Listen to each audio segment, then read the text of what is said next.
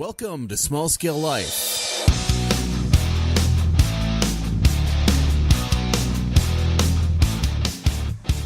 Hey everybody, this is Tom from Small Scale Life. Welcome back to the garden. We've got another sundown hoedown. Yeah, check it out. Sundown hoedown here in Minneapolis. Welcome to the garden. We're gonna talk a little bit about tomatoes tonight, and we're celebrating a little bit. Got my first kohlrabi, purple kohlrabi, extreme close-up, but really pleased about this. Went really well. Did a lot better than the zucchini, but that's a different story for another podcast and another video. So we're going to talk tomatoes today, back here in the garden. Welcome to Supermax. But let me flip this here. Don't get sick. Hold on. So sundown, hoedown, and we're talking tomatoes. I have been the Grim Reaper today, ladies and gentlemen. I went through and did what I haven't done all season, but it was long overdue. As you can see, I pruned aggressively on all of my tomato plants. Now, why would I do that? What I was finding was I was getting a lot of foliage and very little production. A good example. This is a cherry tomato, black cherry tomato. I've got buds coming, that's okay. I had a lot of leaves down below here. And actually this branch here is a sucker. And I was getting a lot of leaves, not a lot of production. So I decided to take off the leaves, put the energy into the tomatoes. So we'll see how that goes. And what I was looking for were suckers. So this right here, where you have the main stem, an arm, and right here is a sucker. And I removed these with a passion. Now, this plant, I decided this season I would see how it goes. I let a bunch of suckers go. This is a sucker here, this branch. Just wanted to see what would happen. I got my answer. On this plant here, this is a San Marzano Roma. And this had some suckers going. It had a big one coming off here. No, actually right here. I took that off. This is actually a little baby sucker. Get rid of that. This plant, this arm of the plant is a sucker. I'm going to leave that go because I've got tomatoes coming. And that was really my criteria. Oh, here's another one. See? Main stem, branch, sucker. And they just take from the energy of the plant. But this here, we've got tomatoes coming. I've got tomatoes coming here. I've got more tomatoes coming here. So I think that's okay. That's okay to do, right? But for some of these plants, it was nothing but suckers. It was nothing but leaves, branches. And the other thing I want you to note is that I trimmed everything down below the first fruit. And I went even a little higher just because I wanted to knock off some of these branches and really have these plants focus on putting out tomatoes. Now, they'll probably slow down their growth. It's a stressful situation when they lose all their limbs. So they'll probably slow down. The stems will get thicker. And hopefully they'll really start to generate tomatoes. Now, this is what I expect on a San Marzano. Clustering tomatoes here, clustering tomatoes here, clustering tomatoes here. Probably more coming up here. Here's another sucker. Remove that guy. I expect my plants to look like this.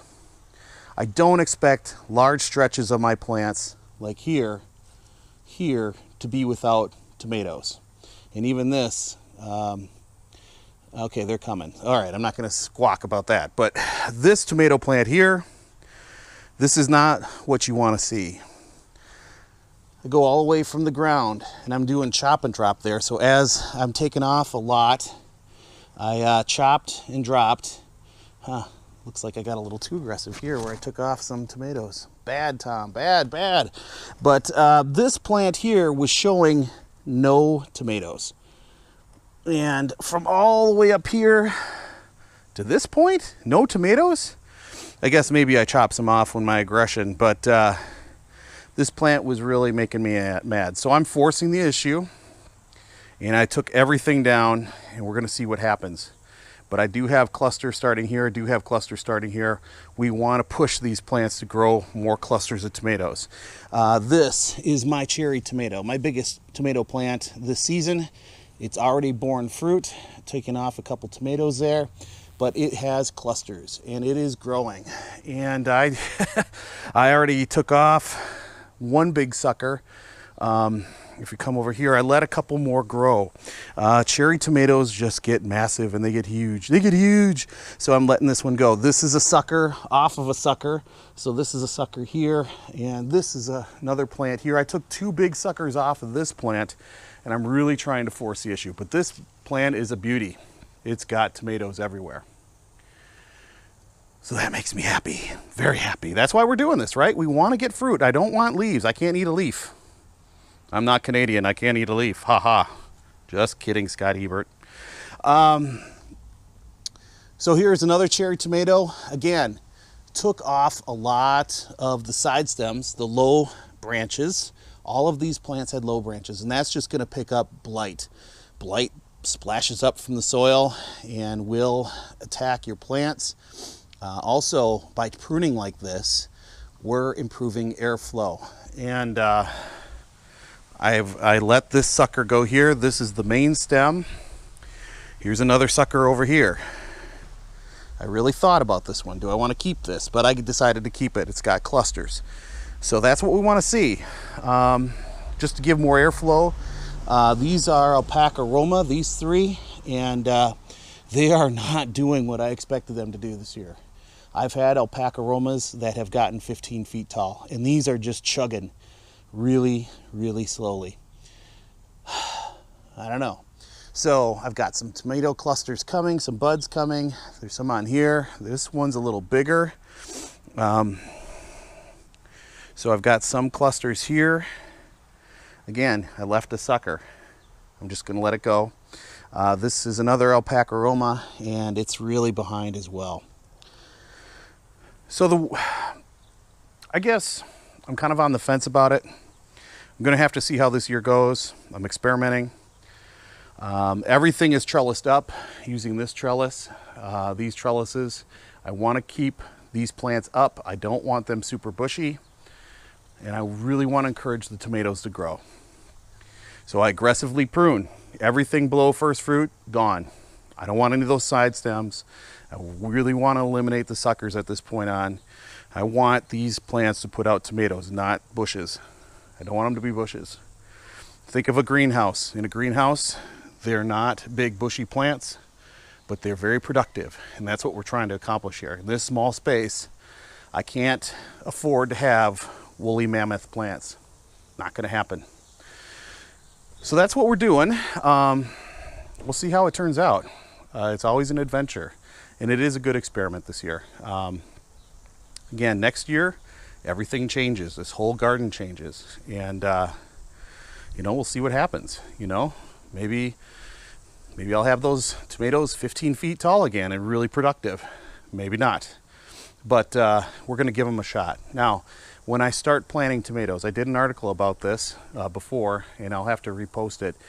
When I plant these tomatoes, I dig the hole. I put very finely crushed eggshells in there, and that helps without blossom end rot. And then I also put used coffee grounds in the hole, and I'll throw 2 aspirin in there too. And that really has helped me over the years have great looking tomatoes, great growing tomatoes, very productive tomatoes. That's a great way for them to start.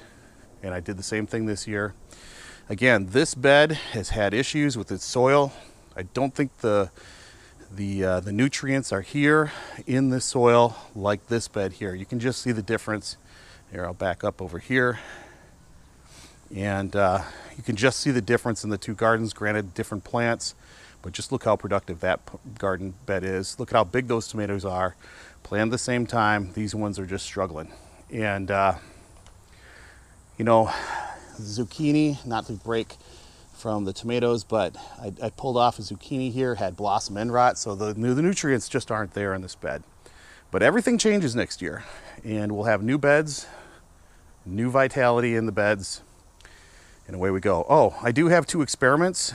I took 2 cherry suckers a while back, and I planted them in the beans. So, I don't know. Maybe they won't do anything. but I see cherry tomato buds on both plants. That's more than the alpaca aromas in some cases.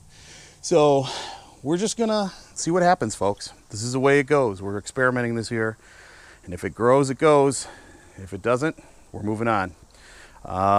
We'll see if we get any zucchini. We'll see what our alpaca aromas do. We definitely know we have cherries. San Marzanos. It's up to you, fellas, ladies and girls, boys and girls. See if you guys can come through. And then our black cherry. Really want to see what this one does. So, all right, everybody. This is Tom from Small Scale Life. Thanks for tuning in. Feel free to hit like. Feel free to hit subscribe. These are good tips, I hope, for you as you're working on your garden. And, you know, good luck with your tomatoes this year. We're already coming into August, so year is getting to be almost done.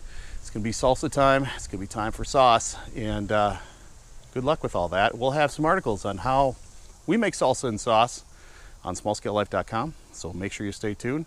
This video will be on smallscalelife.com, also with articles and podcasts. So go to smallscalelife.com. There's a lot of information there for you. So thanks, everybody. Hit subscribe, hit like, send it to your friends, and we'll talk to you soon. Maybe you'll say, wow, look at this crazy guy. What did he do to his tomatoes? Maybe, maybe not. So anyway, we'll leave you with, we'll turn you one more time, the sunrise or sunset here in Minneapolis. So remember to learn, do, and grow. This is Tom from Small Scale Life. We'll see you soon. Bye.